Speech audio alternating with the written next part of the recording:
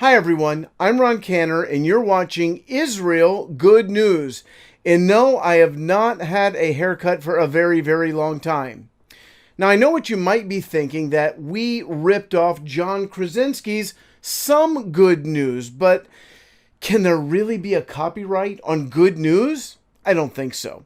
And besides, John and we're like best friends. You might even remember a little project that we worked on together. It was called The Office, right? He played that adorable character, Jim, and I watched it every week. But anyways, I want to talk to you about the word sabra. What's a sabra? It is a cactus plant. It grows here in the Middle East, and it produces a fruit. And this fruit is very prickly on the outside, but if you open it up, it is sweet on the inside. And that's what we call native-born Israelis. If you've ever been to Israel, maybe you've experienced the prickly side. But if you get a little deeper, you're going to find that sweet, sweet fruit. And let me tell you something. Israelis, in the midst of crisis, they will give you the shirt off their back. That's what it means to be a sabra. Now, what we're going to be doing today is going through several good news stories. We're going to hear from some women in Tel Aviv that started out small and have affected the entire country. And we're also going to visit Yale Hospital right here in Tel Aviv. But first, I want to take you up to a really high place for a story that is going to blow you away. In fact, our very first story. Take a look. In our first story, we're going to head north to a retirement home where families were reunited with their elderly parents and grandparents after a month and a half, with the help of a crane. כמה זמן לא ראית את האבא? חודש וחצי. חודשיים לא, קצת פחות. קרוב לחודשיים. After a month and a half of quiet, last Wednesday, a retirement home in northern Israel got an extension, quite literally, as excited relatives were able to reconnect with loved ones. Each, in their own turn, was lifted up by a crane to get as close as possible to moms, dads, grandpas, and grandmas. כמה את מתגעגעת לסבא וסבתא? 2,000, לא, זה קצת מדי בעצם. 3 מיליון, אין סוף. ואני אחבק אותם הכי חזק.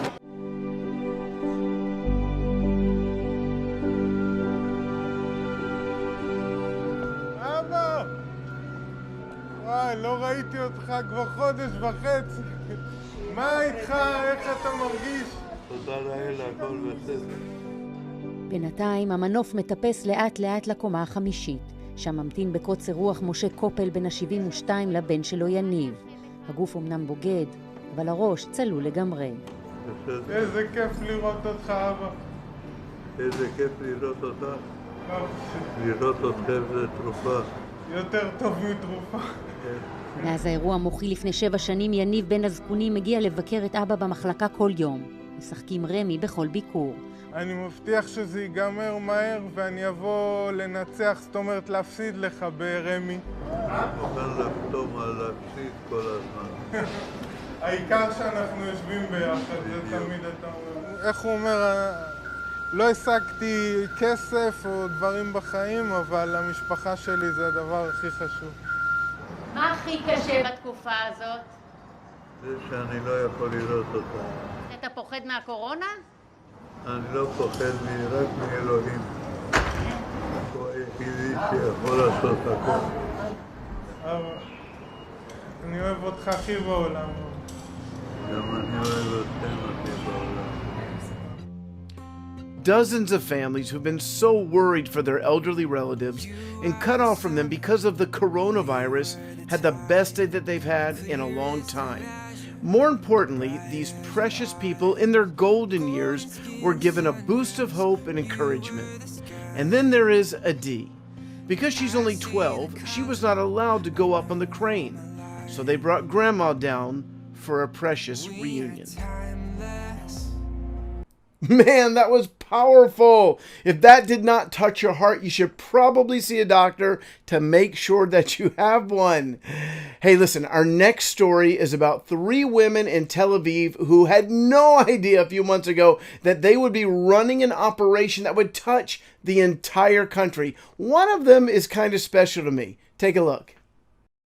When this whole coronavirus began, there were 3 women in Tel Aviv that decided to make a difference. One actually happens to be my daughter, and we're going to speak to 2 of them right now. I'm not going to tell you anything. I want them to tell their story. Welcome, Alma. Welcome, Danielle. Thank you. So tell us, what made you get involved in helping people in Tel Aviv make sure they had food, make sure they really had whatever they need? So Alma reached out to me about 2 weeks before Corona broke out and wanted to collaborate on something that had to do with food, culture, justice.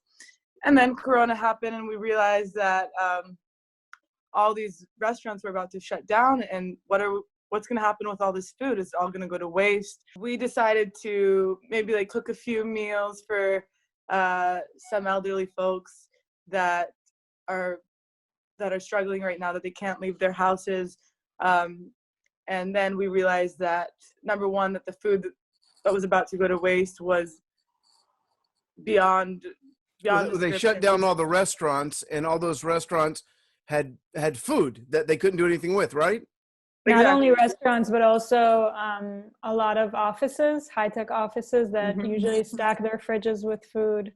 They also donated a lot of food. And then we realized also that the demand for food was huge, that so many people from so many different cultures and groups were losing their jobs and weren't receiving any sort of income from their work, from the government.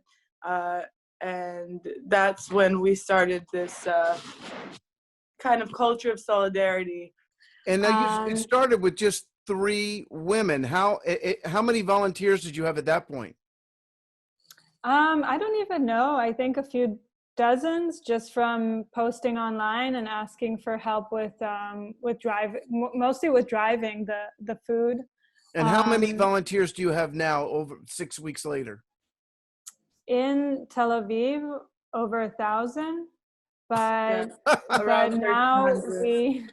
we have women in other cities who are also managing these kind of operations. So we don't even know how many volunteers we have all together around the country. Wow, but it's in the thousands that are reaching out and trying to help the elderly, refugees, foreign workers. Yeah. Amazing.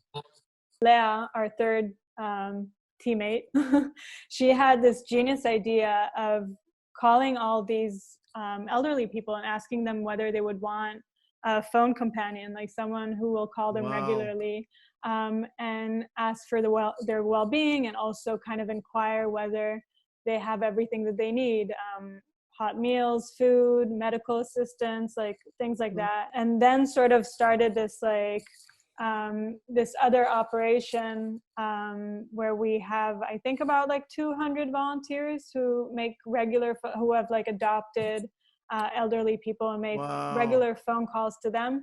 And later we also did the same thing with families at risk, people who call regularly and check in with them. So we started this interview the other day, but we had some technical difficulties. So we're actually finishing it while you're at work, Danielle. So I want you to just share with us, what is a typical day like in terms of picking, packing, all the different things that you guys do? Well, we start the week off with closing our list for all the families that are going to be getting food in our food drives. We go to we have volunteers going to different farmers all over the country, harvesting vegetables to then, that the farmers donate to then bring back and distribute them in our food drives. Tuesday, Wednesday, Thursdays are days where we're receiving food. Wednesday, we're packing food, and then Thursday, we're sending it out to all the families. In addition to that, we have 2 days a week where independent people are cooking food for families in the elderly, and as well as people making phone calls to the elderly to make sure that they're not too lonely during this time where they have to be secluded. Tell me one story that really touched your heart. It could be happy or sad or both. Well, there's many, many, many stories, and even stories that I don't even know about because they're going through our volunteers, and it's amazing. But a few weeks ago, I had a family. You helped me with this one, I remember. I had a family call me and tell me that they haven't eaten in 5 days. And that's just heartbreaking. It was also during the holidays. And, you know, it was while everyone was having huge dinners with their families through Zoom calls, and this family hadn't eaten in 5 days. So what I did immediately before we went through our funds, I immediately called you, and we got gift cards to this family within an hour. And it's really nice to see how people are coming together. Gift cards for groceries. Oh yeah, sorry. Gift cards for the grocery store. Yeah, not Bed Bath and Beyond, and yeah. So it's really beautiful to see how people are coming together during this time and helping one another out immediately, and it's not having to go through, you know, documentation and this and that, and then by the time the family gets food, it's a month later, you know? Right. No, a lot of bureaucracy often in Israel. You guys are cutting right through it. Can you do me one last thing before you go? Show me, I know you're there right now. Show me the operation. I think people are going to be blown away. Yeah, no problem. Of course. Let me learn how to do this camera thing. There we go. All right. So here we put all of our boxes. These are extra right now. We're going to be making more boxes soon. But first we have to make room. Wow. For all these. Over here we have diapers and formula. These already have, like, I'm not going to show because there's already names on it. And they're going to go to specific boxes. Over here we have, I think there's around 70 and then another 60. So I will tell you, boxes, there's still stuff that needs to go in them. We have vegetables, kale, bread, and there's still much more that's going to go in there. Over here is our stock of formula, diapers, you know, clothes, whatever the families are asking for. These are volunteers. We just ordered pizza. Oh, we didn't even order the pizza. They donated it to us. It's like, what is this? 1 ton of sweet potatoes. And then over here we have many more boxes. Wow. These are boxes that are already closed up and ready to go, as well as these. Yeah, and these are our volunteers just working around the clock to make this work, to make it happen. Danielle, if I had asked you or told you 2 or 3 months ago that in your near future, you and 2 other ladies would be running an operation like this, would you have believed me? No, not in any means. I mean, I told you how this thing started, right, in our interview beforehand. Right. Just like, oh, let's cook a few meals for some, you know, for some elderly folks. And then we see, oh, wait, there's like a lot of people who need food right now. And wow. Well, Danielle, yeah. I am so proud of you, of Alma, of Leah, and all the volunteers. I know that Israelis everywhere are proud of what you guys are doing. Many people saw your story on the news. It's just really amazing. And you're on our first show. So thank you so much. I love you. Good luck with your show. I hope you don't say I love you to all the people you interview. Just the ones I love. I love you too. Thanks so much, and good luck with your show, Dad. Bye-bye. Well, as you can imagine, we're really proud of Danielle, but not just her, of all the young people who've chosen in the midst of this crisis to not look inwardly, not to be selfish, but to see how they can help their fellow Israelis. Good for them. For this last story, we're going to go to Yale Hospital right here in Tel Aviv. As you know, thousands of people all over the world have died from this virus, and sadly, the majority of them have died alone. The doctors and nurses at Yale Hospital, they were the first hospital, and maybe the only in the world, that said, no, we will not allow these people to die without their relatives. So what they did, taking all the precautions, is they made a way for people to be able to hear from their sons and their daughters before they breathe their last.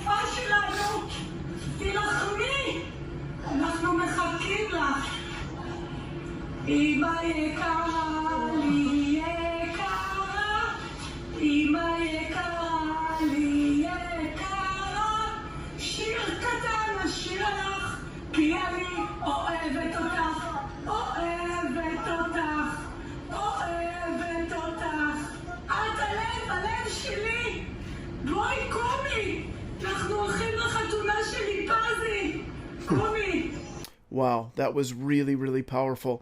And we're just grateful to the doctors and the nurses at Yale Hospital for enabling that to happen.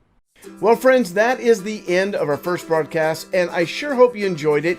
If you did, and if you'd like us to do this more often, can you do me a favor? Send us a note. Let us know what you thought, and you can click the share button, the like button. If you're on YouTube, make sure to subscribe. Let other people hear good news coming out of Israel. But before I let you go, I want you to see this. This is crazy. It's taking place in the Kinneret, that is the Sea of Galilee. And as you can see, well, you probably can't read it, but in Hebrew, the guy writes, I've been fishing here for 30 years and I've never seen anything like this. And somebody wrote in Hebrew, in the blue there, that the whole Kinneret, the Sea of Galilee, is praising the name of the Lord. So that's pretty cool, jumping fish in the Galilee. And then one more thing, because a lot of folks here in Tel Aviv, we're hungry, we're on lockdown. In fact, they've just finally opened things up, but restaurants are still closed. But you know who's got your back? My namesake, Ronald. That's right, McDonald's is providing, I think for the first time, delivery. But please be careful, it's not the healthiest food in the world. Anyways, I'm going to try and stay away, but thanks, McDonald's. Anyways, that is our broadcast for the day. It has been such a blast to be with you. I've enjoyed this. I hope we can do it again. God bless you from Tel Aviv. Shalom. Until next time, bye-bye.